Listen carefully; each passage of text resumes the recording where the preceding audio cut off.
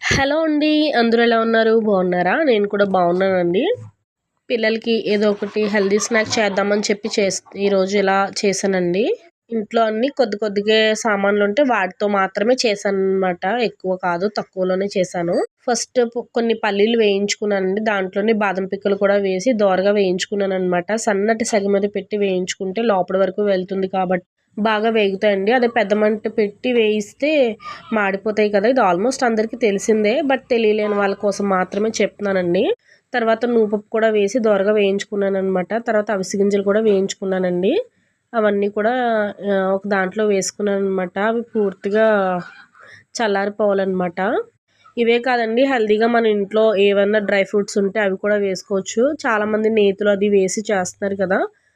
మనకి వీలైనంతగా ఎలా వస్తే అలా చేసుకోవచ్చనమాట. నాకు తెలిసినట్టుగా, నాకు వచ్చినట్టుగా నేనైతే ఇలా చేస్తున్నానండి. మా చిన్నతనంలో ఎక్కువేంటంటే వేరుశనగ పిక్కలు ఇంకా బెల్లము దంచేవారనమాట. మా అమ్మగారు, మా పెదనాన్న, మా పెద్దమ్మ, మా అక్క వాళ్ళు, మా డ్యాడీ అందరూ దాంట్లో వేసి దంచుకునేవాళ్ళమనమాట. ఆయిల్ కూడా వస్తది. అది చాలా టేస్టీగా ఉండేది. ఇలా మిక్సీలో కన్నా దంచుకుంటే చాలా టేస్టీగా వస్తుంది.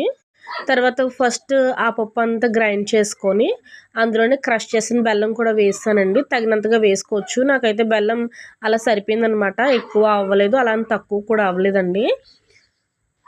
టేస్ట్ అయితే చాలా వచ్చింది. నువ్వుపప్పు చిమ్మిడి, అలాగే వేరుశనగ పిక్కల చిమ్మిడి ఇలా అన్నీ చేసుకుంటారు కదా! ఆల్మోస్ట్ అందరికి తెలిసే ఉంటుంది. అవి కూడా చాలా టేస్టీగా ఉంటుంది. మరి మీకు ఈ వీడియో ఎలా అనిపించిందో కమెంట్ చేయండి. అలాగే మన ఛానల్ తప్పకుండా సబ్స్క్రైబ్ చేయండి. Thank you for watching.